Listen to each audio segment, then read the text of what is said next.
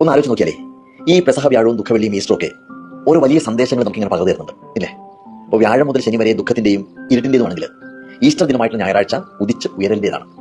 ഒപ്പം ഇരുന്ന് അത്താഴം കഴിക്കുന്നവർ പോലും ഇത്തി വെള്ളിക്കാശുകൾ കിട്ടിക്കഴിഞ്ഞാൽ ഒറ്റിക്കൊടുത്തേക്കാമെന്നും, അതുവരെ ഒപ്പം നടന്നിരുന്നവർ തന്നെ ഒരു അവസരം കിട്ടിക്കഴിഞ്ഞാൽ പലവട്ടം തള്ളി പറഞ്ഞേക്കാമെന്നും, എത്രമാത്രം സത്യസന്ധമായിട്ട് ജീവിച്ചു കഴിഞ്ഞാലും ആൾക്കൂട്ടം കാര്യമൊന്നും അറിയാതെ അയാളെ ക്രൂശിക്കുക എന്ന് ആക്രോശിച്ചേക്കാമെന്നും അറിഞ്ഞിരിക്കാനുള്ള അവസരമാണ് ശനി വരെയുള്ള പാഠം.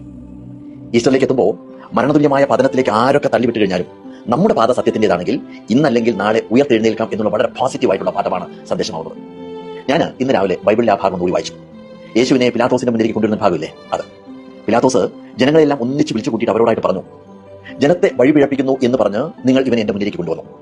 നിങ്ങൾ ആരോപിക്കുന്ന കുറ്റങ്ങളിൽ ഒന്നുപോലും അവനിൽ ഞാൻ കാണുന്നില്ല. മരണശിക്ഷ അർഹിക്കുന്ന ഒരു കുറ്റവും അവൻ ചെയ്തിട്ടില്ല. അതിനാൽ ഞാൻ അവനെ വിട്ടയക്കുവാൻ ആഗ്രഹിക്കുന്നു. അപ്പൊ എന്താ ഉണ്ടായത്? ആൾക്കൂട്ടം ഒന്നടങ്കം വിളിച്ചു പറഞ്ഞു, അവനെ ക്രൂശിക്കുക, അവനെ ക്രൂശിക്കുക. ഇതിനെയാണ് ആൾക്കൂട്ട മനഃശാസ്ത്രം അഥവാ ക്രൗഡ്